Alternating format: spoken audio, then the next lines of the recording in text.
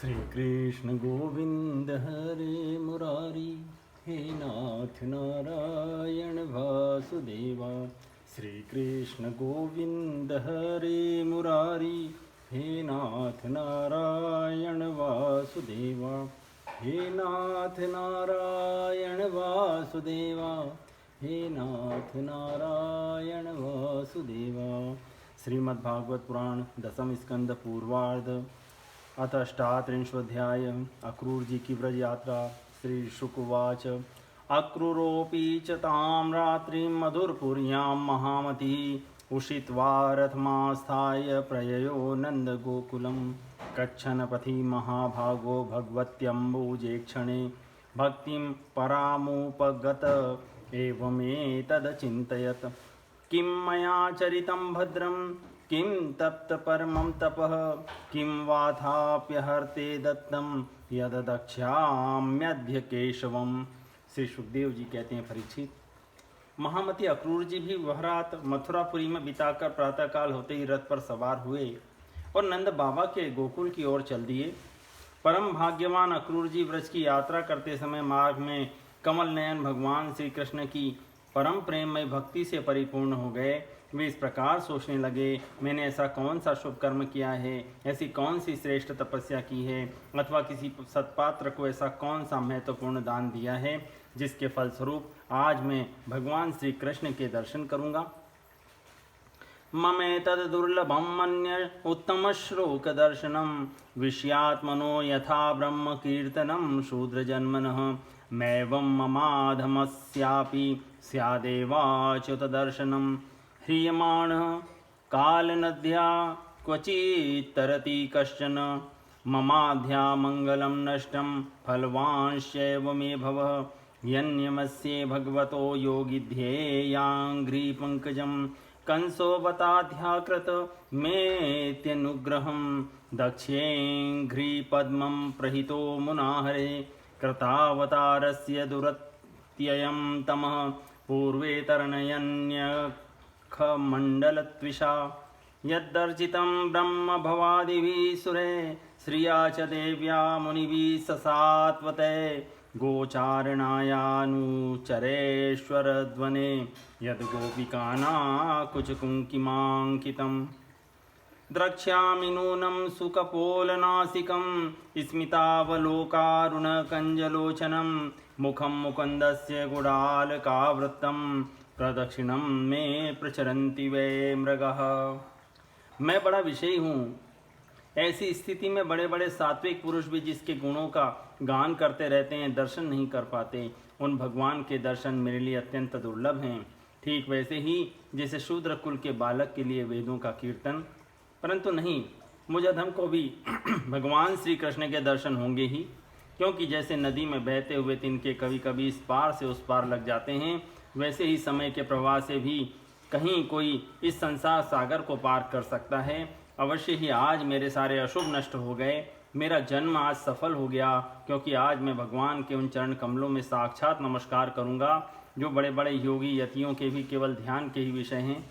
अहो, कंस ने तो आज मेरे ऊपर बड़ी ही कृपा की है।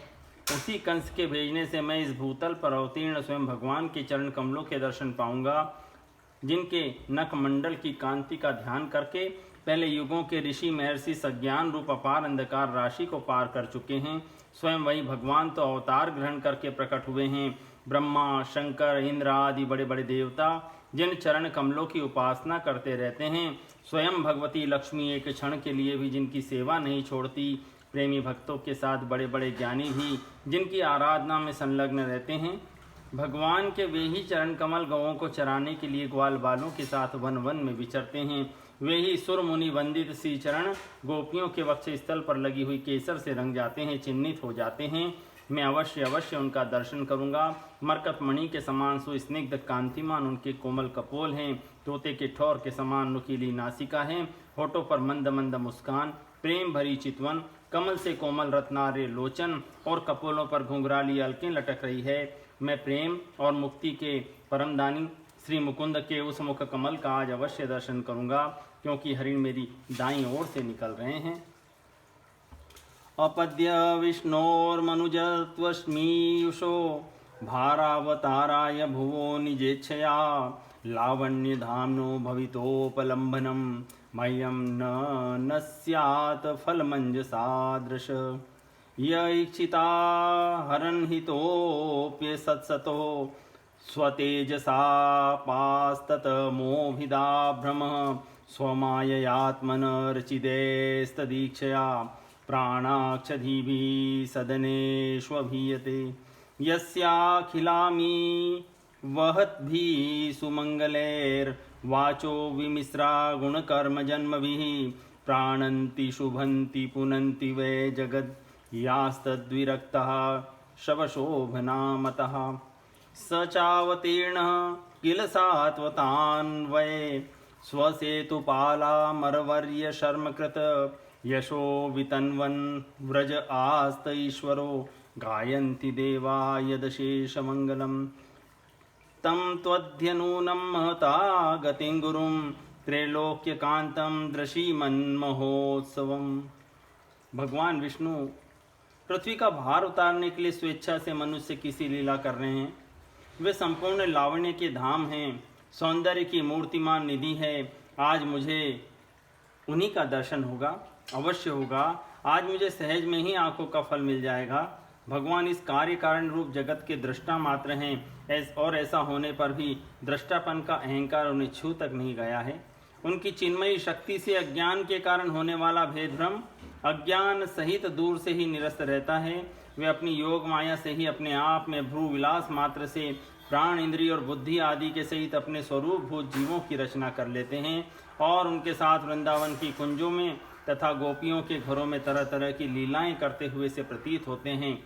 जब समस्त पापों के नाशक उनके परम मंगलमय गुण कर्म और जन्म की लीलाओं से युक्त होकर वाणी उनका गान करती है, तब उस गान से संसार में जीवन की स्फूर्ति होने लगती है, शोभा का संचार हो जाता है, सारी अपवित्रताएं धुलकर पवित्रता का साम्राज्य छा जाता है। परंतु जिस वाणी से उनके गुण लीला और जन्म की कथाएं नहीं गाई जाती, वह तो मुर्दों को ही शोभित करने वाली है, होने पर भी नहीं के समान व्यर्थ है। जिनके गुणगान का ही ऐसा महात्म्य है, वे ही भगवान स्वयं यदुवंश में अवतीर्ण हुए हैं।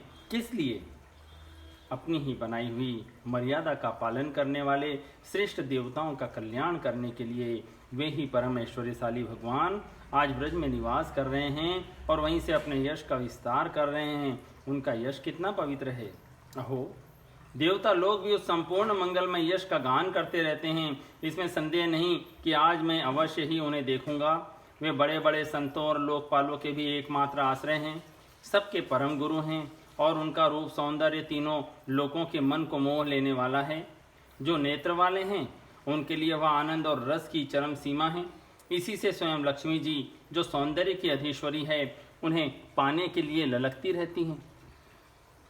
रूपम दधानं श्रियैप्सितास्पदं द्रक्ष्ये ममासन्नुषसः सुदर्शना अथावरूढ सपदीशयोरथात् प्रधान पुंसो शरणं स्वलब्धये धिया धृतं योगिभिरप्यहं ध्रुवं नमस्याभ्यां च सखी नवनोकसः अप्यङ्गघ्रीमूले पतितस्य मे विभो शिरस्य ध्यास्यन्नीज हस्तपङ्कजं दत्ताभयं कालभुजङ्गरंहसा प्रोद्वेजितानां शरणेषिणां नृणां समर्हणं यत्र निधाय कौशिकस्तथा बलिश्चापजगत्त्रयेन्द्रतां यद्वा विहारे व्रजयोषितां श्रमं स्पर्शेन सौगन्धिकगन्ध्यपानुदत न मय्युपैष्यत्यरी बुद्धिमच्युतः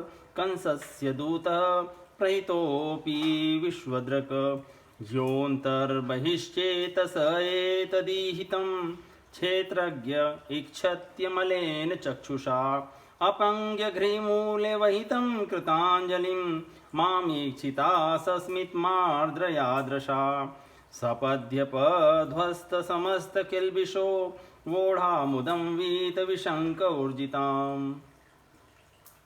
हाँ, तो मैं उन्हें अवश्य देखूंगा, क्योंकि आज मेरा मंगल प्रभात है। आज मुझे प्रातः काल से ही अच्छे अच्छे शगुन दिख रहे हैं। जब मैं उन्हें देखूंगा तब सर्वश्रेष्ठ पुरुष बलराम तथा श्री कृष्ण के चरणों में नमस्कार करने के लिए तुरंत रथ से कूद पड़ूंगा, उनके चरण पकड़ लूंगा। ओह, उनके चरण कितने दुर्लभ हैं। बड़े बड़े योगी अति आत्म साक्षात्कार के लिए मन ही मन अपने हृदय में उनके चरणों की धारणा करते हैं, और मैं तो उन्हें प्रत्यक्ष पा जाऊंगा और लौट जाऊंगा उन पर। उन दोनों के साथ ही उनके बनवासी सखा एक एक ग्वाल बाल के चरणों की भी वंदना करूंगा।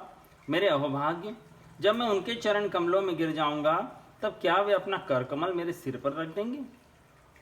उनके वे करकमल उन लोगों को सदा के लिए अभयदान दे चुके हैं जो काल रूपी सांप के भय से अत्यंत घबराकर उनकी शरण चाहते हैं और शरण में आ जाते हैं। इंद्र तथा दैत्यराज बलि ने भगवान के उन्हीं कर कमलों में पूजा की भेंट समर्पित करके तीनों लोकों का प्रभुत्व इंद्र पद प्राप्त कर लिया।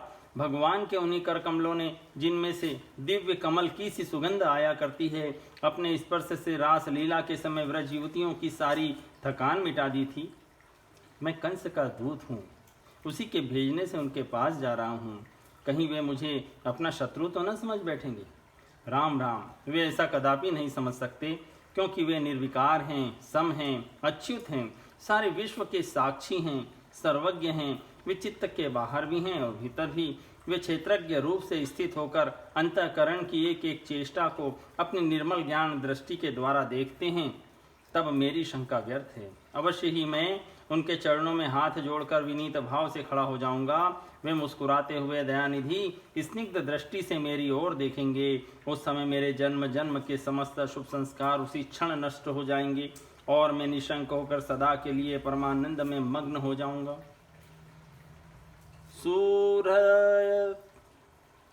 सूरत्तमम् ज्ञातिमनन्य देवतं दोर्भ्यां बृहद्भयां परिरप्स्यतेऽथ माम् आत्मा हि तीर्थी क्रियते तदेव मे बन्धश्च कर्मात्मक उच्छवस्यतः लब्धांग संगम प्रणत कृतांजलिं मा वक्ष्यते क्रूरततेत्युरुस्रवः तया वयं जन्म भ्रतो महीयसा नैवाद्रतो योऽधिगमोष्य जन्म तत् न तस्य कश्चिद् दयितः सूरत्तमो न चाप्रियो द्वेष्य उपेक्षेव वा तथापि भक्तान् भजते यथा तथा सुरद्रुमो यद्वदुपाश्रितोऽर्थदः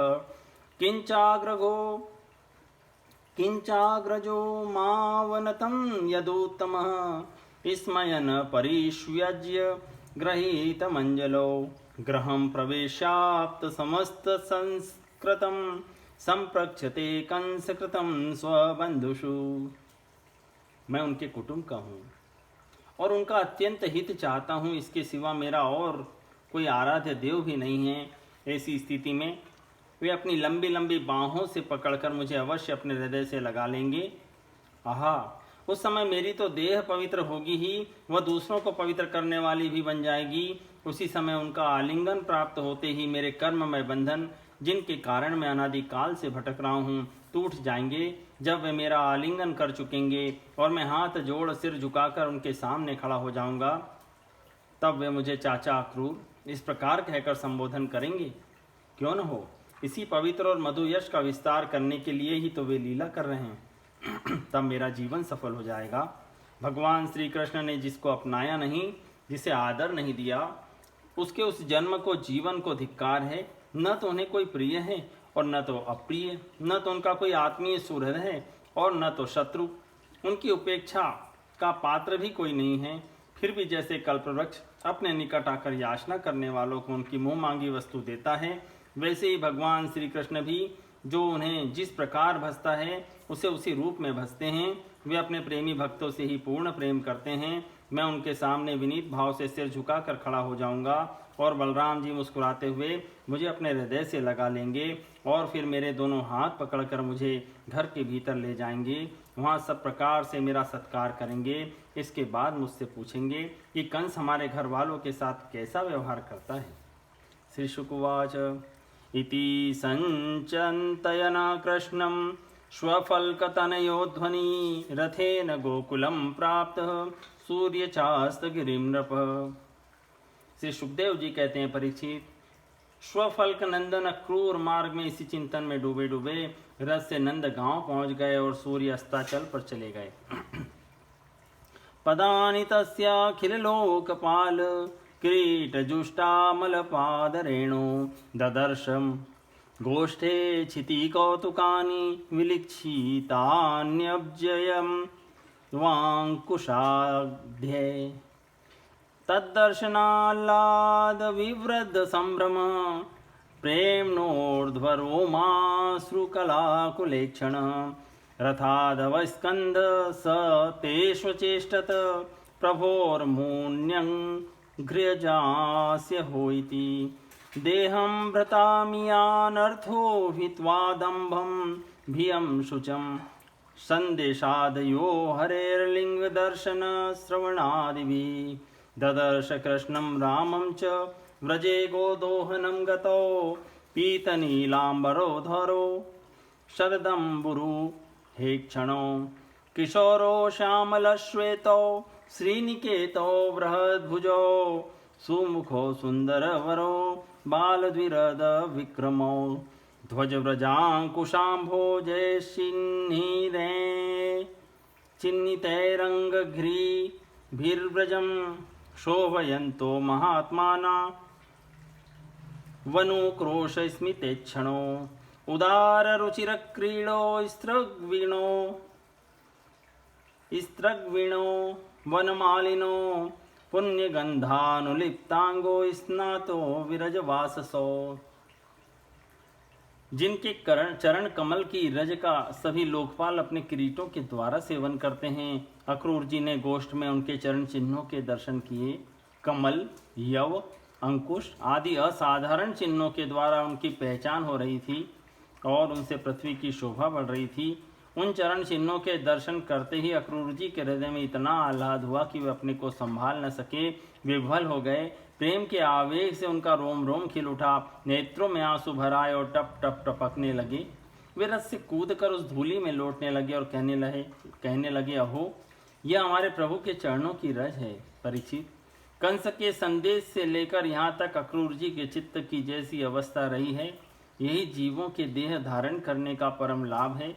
इसलिए जीव मात्र का यही परम कर्तव्य है कि दंभ, भय और शोक त्याग कर भगवान की मूर्ति, प्रतिमा, भक्त आदि चिन्ह, लीला, स्थान तथा गुणों के दर्शन, श्रवण आदि के द्वारा ऐसा ही भाव संपादन करें। व्रज में पहुंचकर अक्रूर जी ने कृष्ण और बलराम दोनों भाइयों को गाय धोने के स्थान में विराजमान देखा। श्याम सुंदर श्री कृष्ण पीताम्बर धारण किए हुए थे और गौर सुंदर बलराम नीलांबर। उनके नेत्र शरतकालीन कमल के समान खिले हुए थे। उन्होंने अभी किशोर अवस्था में प्रवेश ही किया था। वे दोनों गौर श्याम निखिल सौंदर्य की खान थे। घुटनों का स्पर्श करने वाली लंबी लंबी भुजाएं, सुंदर बदन, परम मनोहर तथा गज शावक के समान ललित चाल थी। उनके चरणों में ध्वजा, वज्र, अंकुश और कमल के चिन्ह थे। जब वे चलते थे, उनसे चिन्हित होकर पृथ्वी शोभायमान हो जाती थी। उनकी मंद मंद मुस्कान और चितवन ऐसी थी मानो दया बरस रही हो। वे उदारता की मानो मूर्ति ही थे। उनकी एक एक लीला उदारता और सुंदर कला से भरी थी। गले में वनमाला और मणियों के हार जगमगा रहे थे। उन्होंने अभी अभी स्नान करके निर्मल वस्त्र पहने थे और शरीर में पवित्र अंगराग तथा चंदन का लेप किया था।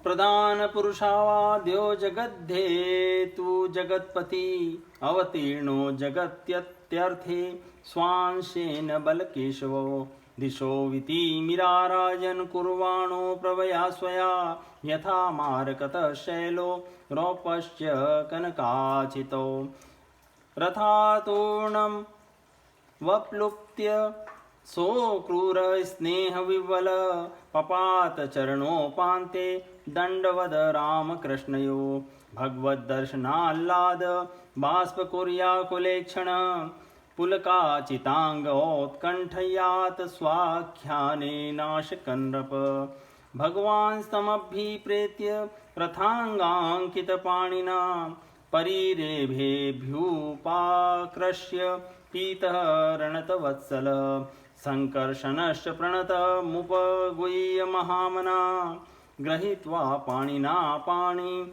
अनियतसानुजोग्रहम् पृष्ठवात स्वागतं तस्मै निवेद्य च वरासनं प्रक्षाल्य विधिवत पादो मधुपकार्हणमाहरत निवेद्यतां गतिथे संवाय श्रान्तमादृतः अन्नं बहुगुणं मेध्यं श्रद्धयोपाहरद विभुः तस्मै भुक्तवते प्रीत्या राम परमधर्मवित् मुखवासैर्गन्धमाल्ये परां प्रीतिं व्यधात पुनः प्रपच्छ सत्कृतं नन्दः कथं स्थ निरनुग्रहे कंसे जीवती दाशार्ह सौनपालाय वावयः। परीक्षित, अक्रूर ने देखा कि जगत के आदि कारण, जगत के परमपति पुरुषोत्तम ही संसार की रक्षा के लिए अपने संपूर्ण अंशों से बलराम जी और श्री कृष्ण के रूप में अवतीर्ण होकर अपनी अंग कांति से दिशाओं का अंधकार दूर कर रहे हैं। वे ऐसे भले मालूम होते थे जैसे सोने से मढ़े हुए मरकतमणि और चांदी के पर्वत जगमगा रहे हों। उन्हें देखते ही अक्रूर जी प्रेमावेग से अधीर होकर रस से कूद पड़े और भगवान श्री कृष्ण तथा बलराम के चरणों के पास साष्टांग लौट गए। परीक्षित, भगवान के दर्शन से उन्हें इतना आह्लाद हुआ कि उनके नेत्र आंसू से सर्वथा भर गए। सारे शरीर में पुलकावली छा गई। उत्कंठावश गला भर आने के कारण वे अपना नाम भी न बतला सके। शरणागत वत्सल भगवान श्री कृष्ण उनके मन का भाव जान गए। उन्होंने बड़ी प्रसन्नता से चक्रांकित हाथों के द्वारा उन्हें खींच कर उठाया और हृदय से लगा लिया। इसके बाद जब वे परम मनस्वी श्री बलराम जी के सामने विनीत भाव से खड़े हो गए, तब उन्होंने उनको गले लगा लिया और उनका एक हाथ श्री कृष्ण ने पकड़ा तथा दूसरा बलराम जी ने। दोनों भाई उन्हें घर ले गए। घर ले जाकर भगवान ने उनका बड़ा स्वागत सत्कार किया। कुशल मंगल पूछकर श्रेष्ठ आसन पर बिठाया और विधि पूर्वक उनके पांव पखार कर मधुपर्क, शहद मिला हुआ दही आदि पूजा की सामग्री भेंट की। इसके बाद भगवान ने अतिथि अक्रूर जी को एक गाय दी और पैर दबाकर उनकी थकावट दूर की तथा बड़े आदर और श्रद्धा से उन्हें पवित्र और अनेक गुणों से युक्त अन्न का भोजन कराया। जब वे भोजन कर चुके तब धर्म के परम मर्मज्ञ भगवान बलराम जी ने बड़े प्रेम से मुखवास, पान, इलायची आदि और सुगंधित माला आदि देकर उन्हें अत्यंत आनंदित किया। इस प्रकार सत्कार हो चुकने पर नंदराय जी ने उनके पास आकर पूछा, अक्रूर जी, आप लोग निर्दयी कंस के जीते जी किस प्रकार अपने दिन काटते हैं? अरे, उसके रहते आप लोगों की वही दशा है जो कसाई द्वारा पाली हुई भेड़ों की होती है। यो वदीत स्वस्व सुस्तुकान क्रोशन्त्या सूत्रप खल किम नु स्वीतत् प्रजानामवं वह कुशलं विमृशामहे इत्यं सूनृतया वाचानन्देन सुसभाजित अक्रूर परिपृष्टेन जहावध्व परिश्रमम्। जिस इंद्रियाराम पापी ने अपनी बिलकती हुई बहन के नन्हे नन्हे बच्चों को मार डाला, आप लोग उसकी प्रजा है, फिर आप सुखी है, यह अनुमान तो हम कर ही कैसे सकते हैं। अक्रूर जी ने नंद बाबा से पहले ही कुशल मंगल पूछ लिया था। जब इस प्रकार नंद बाबा ने मधुर वाणी से अक्रूर जी से कुशल मंगल पूछा और उनका सम्मान किया, तब अक्रूर जी के शरीर में रास्ता चलने की जो कुछ थकावट थी वह सब दूर हो गई। इति श्रीमद्भागवते महापुराणे पारमहंस्यां संहितायां दशम स्कंदे पूर्वार्धे क्रूरागमनं नामाष्टात्रिंशोऽध्याये सम्पूर्णम्। श्रीकृष्ण गोविंद हरे मुरारी, हे नाथ नारायण वासुदेवा। अथ एकोनचत्वारिंशोऽध्यायः श्रीकृष्ण बलराम का मथुरागमन। श्रीशुक उवाच, सुखोपविष्टः पर्यके रामकृष्णोर्मानितः लेभे मनोरथान् सर्वान् पथीयान् स चकारः। किमलभ्यं भगवती प्रसन्ने श्रीनिकेतने तथापि तत्परा राजन्न हि वाञ्छति किंचन। सायतनाशनं कृत्वा भगवान् देवकीसुतः सुहृत्सुवृत्तं कंसस्य प्रपच्छान्यचिकीर्षितम्। श्री सुखदेव जी कहते हैं, भगवान श्री कृष्ण और बलराम जी ने अक्रूर जी का भली भांति सम्मान किया। वे आराम से पलंग पर बैठ गए। उन्होंने मार्ग में जो जो अभिलाषाएं की थी वे सब पूरी हो गई। परीक्षित, लक्ष्मी के आश्रय स्थान भगवान श्री कृष्ण के प्रसन्न होने पर ऐसी कौन सी वस्तु है जो प्राप्त नहीं हो सकती। फिर भी भगवान के परम प्रेमी भक्तजन किसी भी वस्तु की कामना नहीं करते। देवकी नंदन भगवान श्री कृष्ण ने सायंकाल का भोजन करने के बाद अक्रूर जी के पास जाकर अपने स्वजन संबंधियों के साथ कंस के व्यवहार और उसके अगले कार्यक्रम के संबंध में पूछा। श्री भगवान उवाच तात सौम्यागत कच्चित् स्वागतं भद्रमस्तु वः अपि स्वज्ञाति बन्धूनाममीव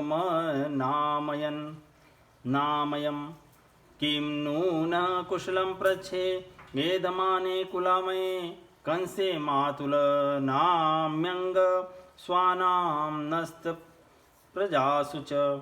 श्री भगवान ने कहा, चाचा जी, आपका हृदय बड़ा शुद्ध है। आपको यात्रा में कोई कष्ट तो नहीं हुआ? स्वागत है। मैं आपकी मंगल कामना करता हूँ। मथुरा के हमारे आत्मीय सूरत कुटुंबी तथा अन्य संबंधी सब सकुशल और स्वस्थ है ना? हमारा नाम मात्र का मामा कंस तो हमारे कुल के लिए एक भयंकर व्याधि है। जब तक उसकी बढ़ती हो रही है तब तक हम अपने वंश वालों और उनके बाल बच्चों का कुशल मंगल क्या पूछें।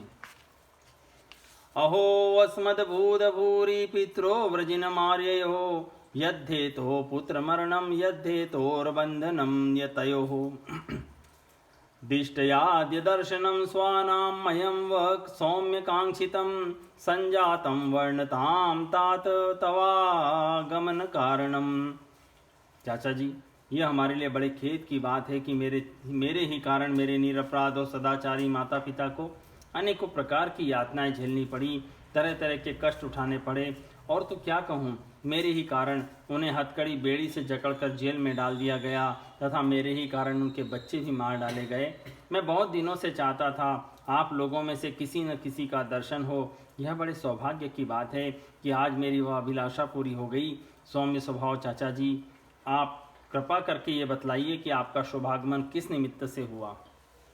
श्री शुक उवाच पृष्ठो भगवता सर्वं वर्णयामास माधवः वैरानुबन्धं यदुषु वसुदेव वधोधमं यत्सन्देशो यदर्थं वा दूत सम्प्रेषितः स्वयं यद्दुक्तं नारदेनास्य स्वजन्मानकदुन्दुभे श्रुत्वा क्रूरवच कृष्णो बलश्च परवीरः प्रहस्य नन्दं पितरं राज्ञादिष्टं विजज्ञतु गोपान् समादिशन् सोऽपि गृह्यतां सर्वगोरसः उपयनानि गृह्णीध्वं युज्यतां शकटानि च यास्याम श्वो मधुपुरीं दास्यामो नृपते रसान् द्रक्ष्याम सुमहत पर्व यान्ति जानपदाः किल एवमाघोषयत श्रुत्वा नन्दगोप स्वगोकुले गोप्यस्तास्तुदोपसृत्य बभूवुर्व्यर्थिता वृषं रामकृष्णो पुरीं नेतुं क्रूरं व्रजमागतम्। श्री सुखदेव जी कहते हैं, परीक्षित, जब भगवान श्री कृष्ण ने अक्रूर जी से इस प्रकार प्रश्न किया तब उन्होंने बतलाया कि कंस ने तो सभी यदुवंशियों से घोर बैर ठान रखा है। वह वसुदेव जी को मार डालने का उद्यम भी कर चुका है। अक्रूर जी ने कंस का संदेश और जिस उद्देश्य से उसने स्वयं अक्रूर जी को दूत बनाकर भेजा था और नारद जी ने जिस प्रकार वसुदेव जी के घर श्री कृष्ण के जन्म लेने का वृत्तांत उसको बता दिया था, सो सब कह सुनाया। अक्रूर जी की यह बात सुनकर विपक्षी शत्रुओं का दमन करने वाले भगवान श्री कृष्ण और बलराम जी हंसने लगे और इसके बाद उन्होंने अपने पिता नंद जी को कंस की आज्ञा सुना दी। तब नंद बाबा ने सब गोपों को आज्ञा दी कि सारा गोरस एकत्र करो, भेंट की सामग्री ले लो और छकड़े जोड़ो। कल प्रातःकाल ही हम सब मथुरा की यात्रा करेंगे और वहां चलकर राजा कंस को गोरस देंगे। वहां एक बहुत बड़ा उत्सव हो रहा है, उसे देखने के लिए देश की सारी प्रजा इकट्ठी हो रही है। हम लोग भी उसे देखेंगे। नंद बाबा ने गांव के कोतवाल के द्वारा यह घोषणा सारे व्रज में करवा दी। परीक्षित, जब गोपियों ने सुना कि हमारे मनमोहन श्याम सुंदर और गौर सुंदर बलराम जी को मथुरा ले जाने के लिए अक्रूर जी व्रज में आए हैं, तब उनके हृदय में बड़ी व्यथा हुई, वे व्याकुल हो गई।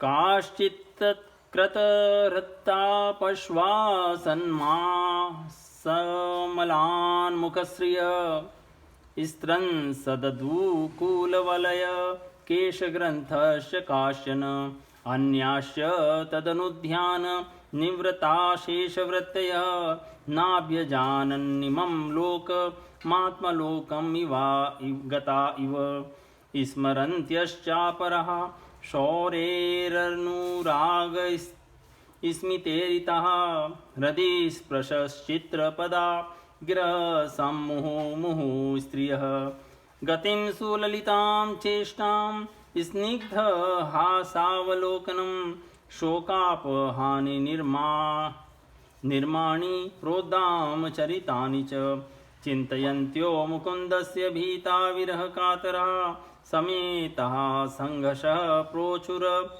श्रुमुख्योच्युताशयः।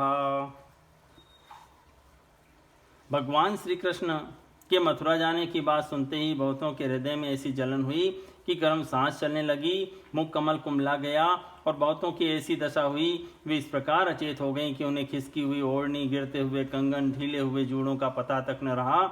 भगवान के स्वरूप का ध्यान आते ही बहुत सी गोपियों की चित्तवृत्तियां सर्वथा निवृत्त हो गई, मानो वे समाधिस्थ आत्मा में स्थित हो गई हों और उन्हें अपने शरीर और संसार का कुछ भी ध्यान ही न रहा। बहुत सी गोपियों के सामने भगवान श्री कृष्ण का प्रेम, उनकी मंद मंद मुस्कान और हृदय को स्पर्श करने वाली विचित्र पदों से युक्त मधुर वाणी नाचने लगी। वे उनमें तल्लीन हो गई, मोहित हो गई। गोपियां मनी मन भगवान की लटकीली चाल, भाव भंगी, प्रेम भरी मुस्कान, चितवन, सारे शोकों को मिटा देने वाली ठिठोलियां तथा उदारता भरी लीलाओं का चिंतन करने लगी और उनके विरह के भय से कातर हो गई। उनका हृदय, उनका जीवन सब कुछ भगवान के प्रति समर्पित था। उनकी आंखों से आंसू बह रहे थे। वे झुंड की झुंड इकट्ठी होकर इस प्रकार कहने लगी। कोप्यौचुः अहो विधातस्तव न क्वचिद दया संयोज्य मैत्र्या प्रणयेन देहिनः तांशाकृतार्थान् व्युनङ्क्ष्य मा पार्थकं विक्रीडितं तेर्भकचेष्टितं यथा यस्त्वं प्रदर्श्यासितकुन्तलाव्रतं मुकुंद वक्त्रम सुकपोलमुन्नसम। गोपियों ने कहा, धन्य हो विधाता, तुम सब कुछ विधान तो करते हो परंतु तुम्हारे हृदय में दया का लेश भी नहीं है।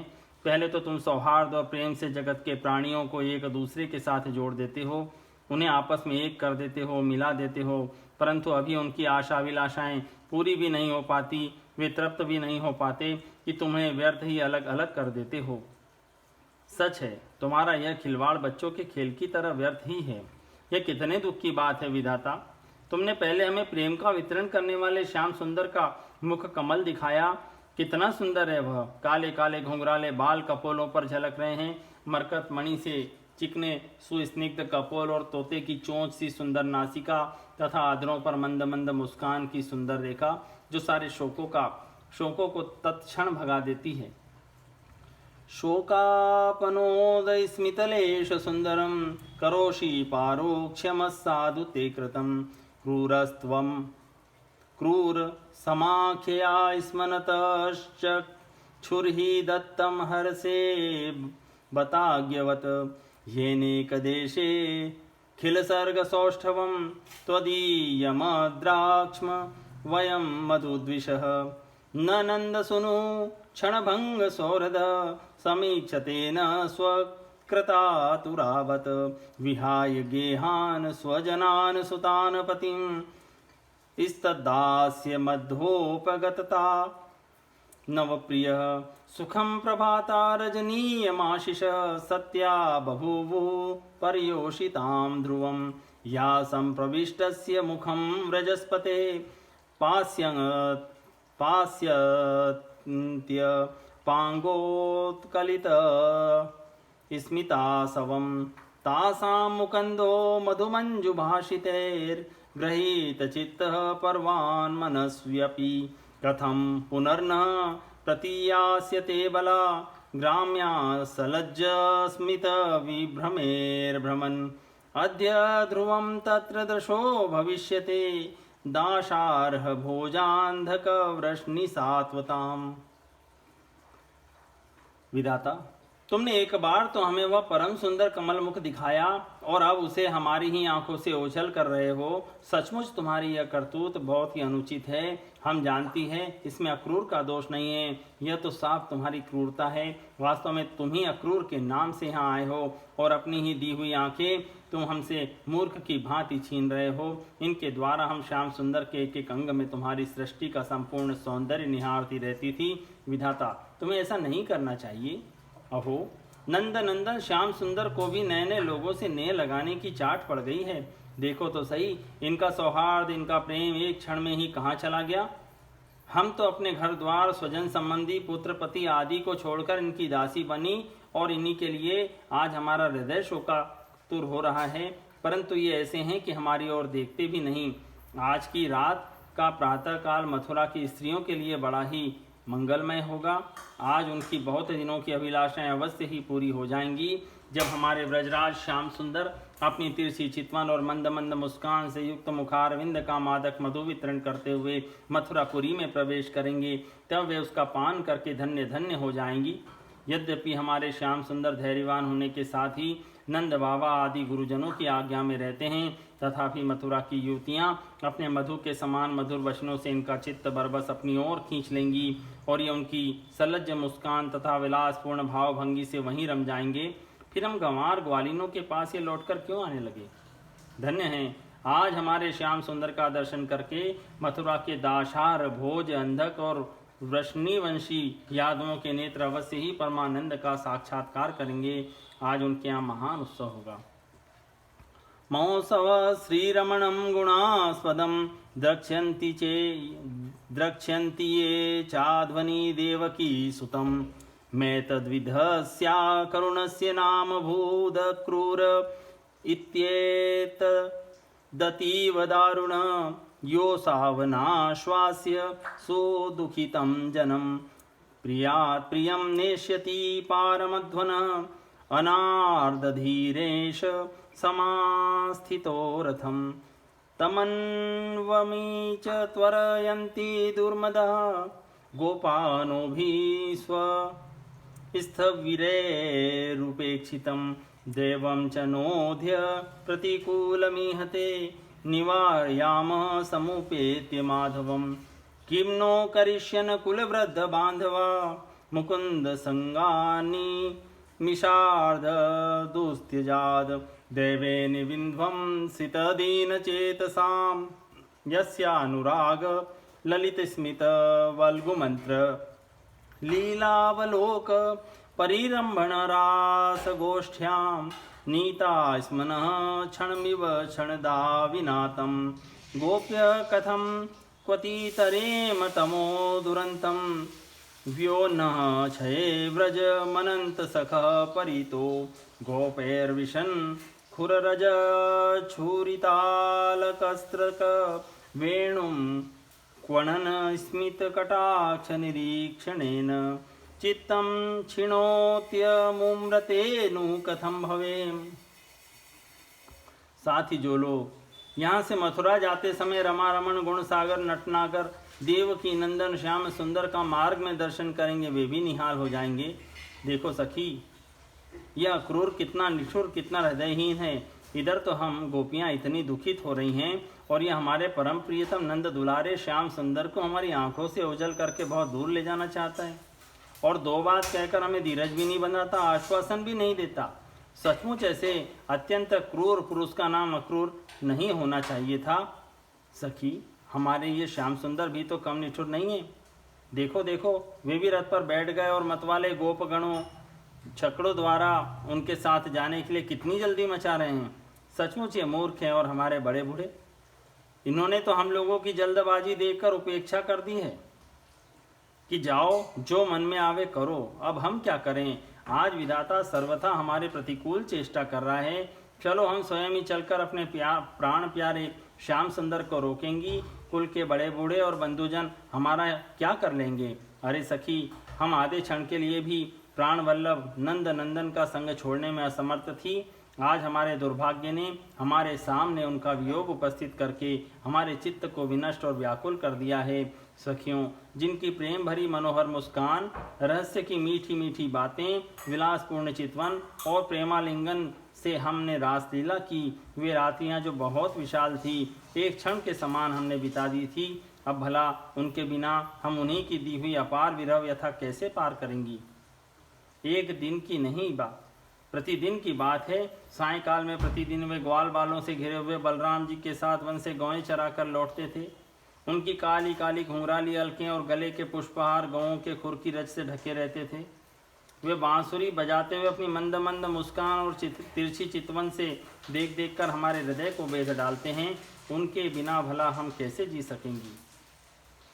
श्री शुकवाच एवं ब्रुवाणा विरहातुराभृशं व्रज स्त्रिय कृष्ण विषक्त मानसः विसृज्य लज्जामरुर्दु स्वसुस्वरं गोविंद दामोदर माधवेति स्त्रीणामेवं रुदन्तीनामुदिते सवितर्यथ अक्रूरश्चोदयामास कृते कृतमैत्रादिकोरथम् गोपास्तमन्वससज्जन्त नन्दाध्याशकटैस्ततः आदयोपायन भूरि कुम्भान् गोरससम्भ्रतान् गोपश्च दयितं कृष्णमनुव्रज्यानुरञ्जितः प्रत्यादेशं भगवत काङ्क्षन्त्यशावत स्थिरे तातस्तातपति वीक्ष्य स्वप्रस्थाने यदुत्तमः सान्त्वयामास स प्रेमेरायास्य इति दौत्यके यादवा लक्ष्यते केतुर्यावदरेणुस्तस्य च अनुप्रस्थापितात्मानो लेख्यानिवोपलक्षितः ता निराशा निवव्रत्तुर्गोविन्द विनिवर्तने विशोकाहनिन्युर्गायन्त्यः प्रियचेष्टितं भगवानपि सम्प्राप्तो रामाक्रूरयुतो नृप रथेन वायुवेगेन कालिन्दीमगनाशिनीम् तत्रो स्पर्शपानीयं प्रीत्वा मृष्टपणिप्रभं वृक्षषण्डमुपव्रज्य सरामो रथमाविशत् अक्रूरस्तावुपामन्त्र्य निवेश्य च रथोपरि कालिन्द्याहृदयागत्य स्नानं विधिवदाचरत् निमज्य तस्मिन् सलिले जपन ब्रह्म सनातनं तावेव दद्रशे क्रूरो रामकृष्णो समन्वितौ तौ रथस्थो कथमिह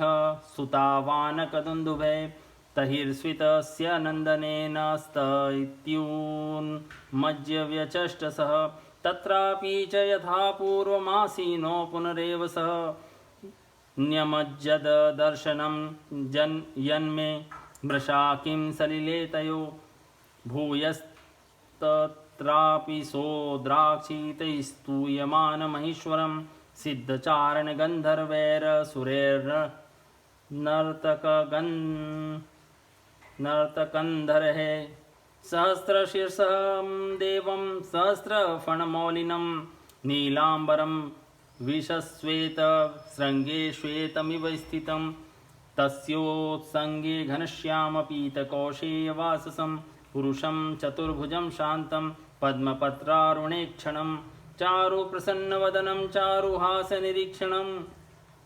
सम्भ्रून्नसं चारुकर्णं सुकपोलारुणाधरम्। श्री सुखदेव जी कहते हैं, परीक्षित, गोपियां वाणी से तो इस प्रकार कह रही थी, परंतु उनका एक एक मनोभाव भगवान श्री कृष्ण का स्पर्श उनका आलिंगन कर रहा था। वे विरह की संभावना से अत्यंत व्याकुल हो गई और लाज छोड़कर हे गोविंद, हे दामोदर, हे माधव इस प्रकार ऊंची आवाज से पुकार पुकार कर सुललित स्वर से रोने लगी। गोपियां इस प्रकार रो रही थी। रोते रोते सारी रात बीत गई। सूर्योदय हुआ। अक्रूर जी संध्या वंदन आदि नित्य कर्मों से निवृत्त होकर रथ पर सवार हुए और उसे हाँक ले चले। नंद बाबा आदि गोपों ने भी दूध, दही, मक्खन, घी आदि से भरे मटके और भेंट की बहुत सी सामग्रियां ले ली तथा वे छकड़ों पर चढ़ चढ़कर उनके पीछे चले। इस समय अनुराग के रंग में रंगी हुई गोपियां अपने प्राण प्यारे श्री कृष्ण के पास गईं और उनकी चितवन, मुस्कान आदि निरख कर कुछ कुछ सुखी हुई। अब वे अपने प्रियतम श्याम सुंदर से कुछ संदेश पाने की आकांक्षा से वहीं खड़ी हो गई। यदुवंश शिरोमणि भगवान श्री कृष्ण ने देखा कि मेरे मथुरा जाने से गोपियों के हृदय में बड़ी जलन हो रही है, वे संतप्त हो रही हैं। तब उन्होंने दूत के द्वारा मैं आऊँगा यह प्रेम संदेश भेजकर उन्हें धीरज बंधाया। गोपियों को जब तक रथ की ध्वजा और पहियों से उड़ती हुई धूल दिखती रही, तब तक उनके शरीर चित्रलिखित से वहीं ज्यों के त्यों खड़े रहे। परंतु उन्होंने अपना चित्त तो मनमोहन प्राण वल्लभ श्री कृष्ण के साथ ही भेज दिया था। अभी उनके मन में आशा थी कि शायद श्री कृष्ण कुछ दूर जाकर लौट आएं, परंतु जब नहीं लौटे तब वे निराश हो गईं और अपने अपने घर चली आईं। परीक्षित, वे रात दिन अपने प्यारे श्याम सुंदर की लीलाओं का गान करती रहती और इस प्रकार अपने शोक संताप को हल्का करती। परीक्षित, इधर भगवान श्री कृष्ण भी बलराम जी और अक्रूर जी के साथ वायु के समान वेग वाले रथ पर सवार होकर पाप नाशिनी यमुना जी के किनारे पर जा पहुंचे। वहां उन लोगों ने हाथ मुंह धोकर यमुना जी का मरकत मणि के समान नीला और अमृत के समान मीठा जल पिया। इसके बाद बलराम जी के साथ भगवान वृक्षों के झुरमुट में खड़े रथ पर सवार हो गए। अक्रूर जी ने दोनों भाइयों को रथ पर बैठाकर उनसे आज्ञा ली और यमुना जी के कुंड अनंत तीर्थ या ब्रह्म रथ पर आकर वे विधि पूर्वक स्नान करने लगे। उस कुंड में स्नान करने के बाद वे जल में डुबकी लगाकर गायत्री का जाप करने लगे। उस समय जल के भीतर अक्रूर जी ने देखा कि श्री कृष्ण और बलराम दोनों भाई एक साथ ही बैठे हुए हैं। अब उनके मन में यह शंका हुई कि वसुदेव जी के पुत्रों को तो मैं रथ पर बैठा आया हूँ, अब वे यहाँ जल में कैसे आ गए? जब यहाँ हैं तो शायद रथ पर नहीं होंगे। ऐसा सोचकर उन्होंने सिर बाहर निकाल कर देखा, वे उस रथ पर भी पूर्ववत बैठे हुए थे। यह सोचकर कि मैंने उन्हें जो जल में देखा था वह भ्रम ही रहा होगा। फिर उन्होंने डुबकी लगाई, परंतु फिर उन्होंने वहाँ भी देखा कि साक्षात अनंत देव श्री शेष जी विराजमान हैं और सिद्धचारण गंधर्व एवं असुर अपने अपने सिर झुकाकर उनकी स्तुति कर रहे हैं। शेष जी के 1000 सिर हैं और प्रत्येक फण पर मुकुट सुशोभित है। कमल नाल के समान उज्ज्वल शरीर पर नीलांबर धारण किए हुए हैं और उनकी ऐसी शोभा हो रही है मानो सहस्त्र शिखरों से युक्त श्वेतगिरी कैलाश शोभायमान हो। अक्रूर जी ने देखा कि शेष जी की गोद में श्याम मेघ के समान घनश्याम विराजमान हो रहे हैं। वे रेशमी पीताम्बर पहने हुए हैं, बड़ी ही शांत चतुर्भुज मूर्ति हैं और कमल के रक्त दल के समान रत्नारे नेत्र हैं। उनका वदन बड़ा ही मनोहर और प्रसन्नता का सदन है। उनका मधुर हास्य और चारु चितवन चित्त को चुराए लेती हैं। भौहें सुंदर और नासिका तनिक ऊंची तथा बड़ी ही सुघड़ है। सुंदर कान, कपोल और लाल लाल अधरों की छटा निराली ही है। प्रलंब पीवर भुजम तुंगासोरस्थल श्रियम कंबुकंठ निम्न नाभिम वलिमत पल्लवोदरम बृहत्कटी तटश्रोणिकर भोरु द्वयान्वितं चारुजानुयुगं चारुजंघायुगल संयुतं तुंगगुल्फारुण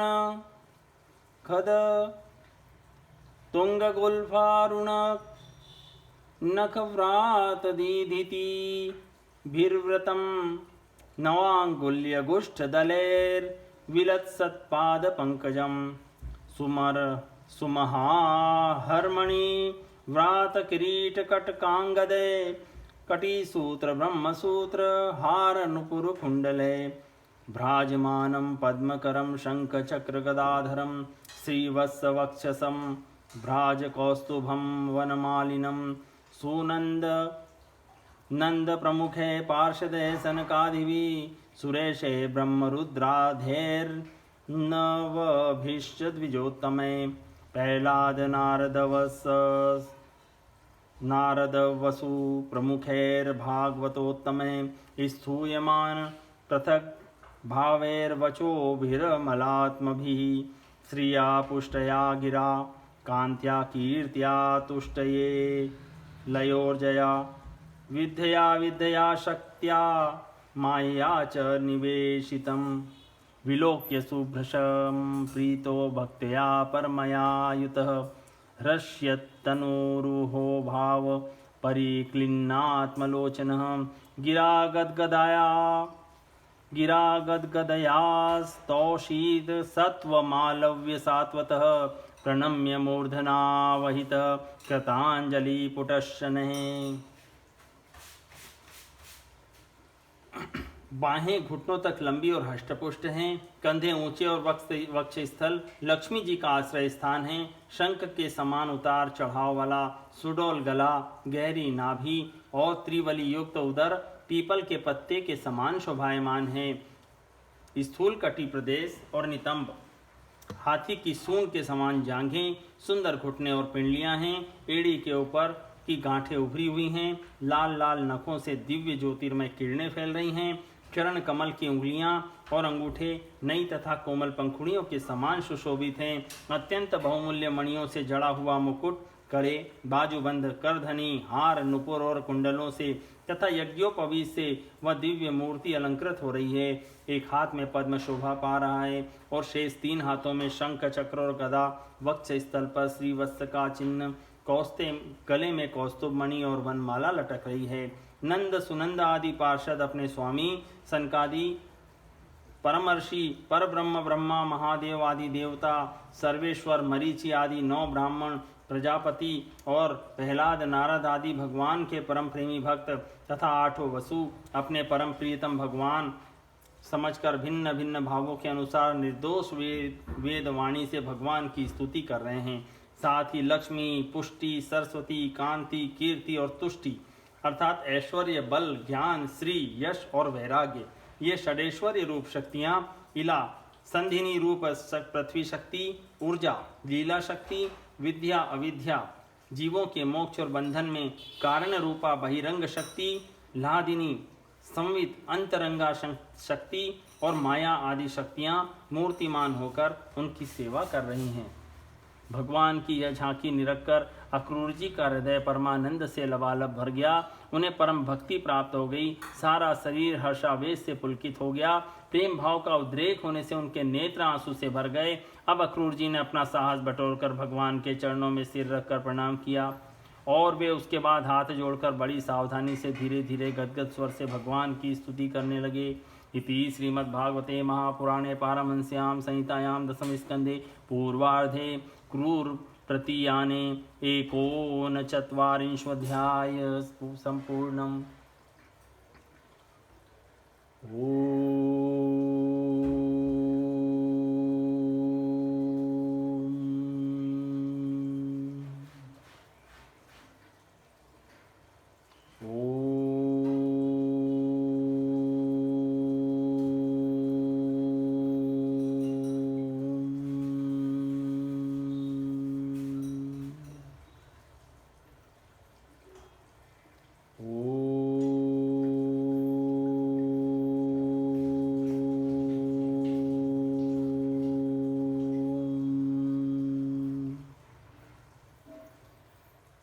श्री कृष्ण गोविंद हरे मुरारी, हे नाथ नारायण वासुदेवा। श्री कृष्ण गोविंद हरे मुरारी, हे नाथ नारायण वासुदेवा।